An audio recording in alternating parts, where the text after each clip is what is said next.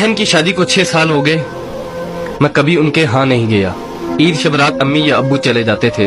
एक दिन मेरी बीवी मुझसे कहने लगी कि आपकी बहन जब भी घर आती है उसके बच्चे घर का हशर नशर कर देते हैं, और आपकी माँ जो हमसे चुप चुपा कर कपड़े, साबुन और कभी कभी को चावल के थैले भी भर के दे देती है। अपनी माँ से कहो ये हमारा घर है, कोई खैरात सेंटर नहीं। मुझे ये सुनकर बहुत गुस्सा आया कि मैं अपने घर का बहुत मुश्किल से गुजारा कर रहा था और मेरी माँ सब कुछ मेरी बहन को दे देती है। बहन एक दिन घर आई हुई थी तो उसके बेटे ने टीवी का रिमोट तोड़ दिया। मैंने माँ से गुस्से से कहा कि माँ, बहन को कहा करो ईद के दिन आया करे, और ये जो आप साबुन, चावल और ये जो चीजें देती हो इनको बंद करें। माँ चुप रही, लेकिन बहन ने ये सारी बातें सुन ली। 4 बज रहे थे, बच्चों को तैयार किया तो बहन ने कहा कि भाई मुझे बस स्टॉप तक छोड़ आओ। मैंने झूठे मुंह कहा बहन रुक जाती कुछ दिन।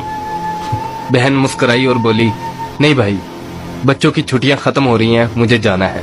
फिर जब हम दोनों भाइयों में जमीन का बंटवारा हो रहा था तो मैंने साफ इनकार कर दिया कि मैं अपनी जमीन से बहन को हिस्सा नहीं दूंगा। तो माँ ने कहा कि बेटी का भी तो हक बनता है। मैंने गाली देते हुए कहा जो कुछ भी हो जाए मैं बहन को हिस्सा नहीं दूंगा। मेरी बीवी ने भी बहन को बुरा भला कहा, वो बेचारी खामोश थी। बड़ा भाई अलहदा हो गया और मेरे बड़े बेटे को टीबी हो गया और मेरे घर के हालात खराब हो गए। जितना सब कुछ था मैं उसके इलाज पे लगा चुका था। मेरे पास इलाज करवाने के पैसे नहीं थे।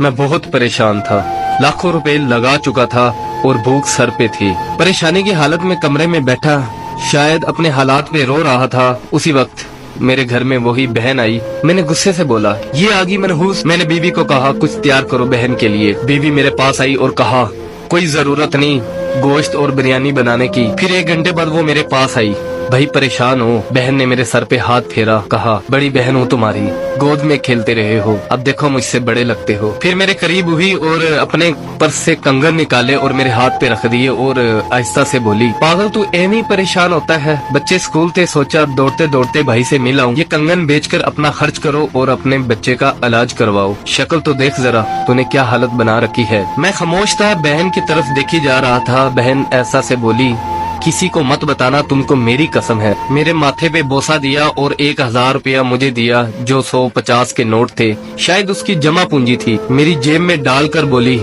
बच्चों को गोश्त ला देना और परेशान मत हुआ कर। जल्दी से अपना हाथ मेरे सर पे रखा, देख कितने बाल सफेद हो गए। वो जल्दी से जाने लगी तो उसके पैरों की तरफ देखा तो टूटी हुई जूती पहनी हुई थी और पुराना सा दुपट्टा ओढ़ा हुआ था। जब भी आती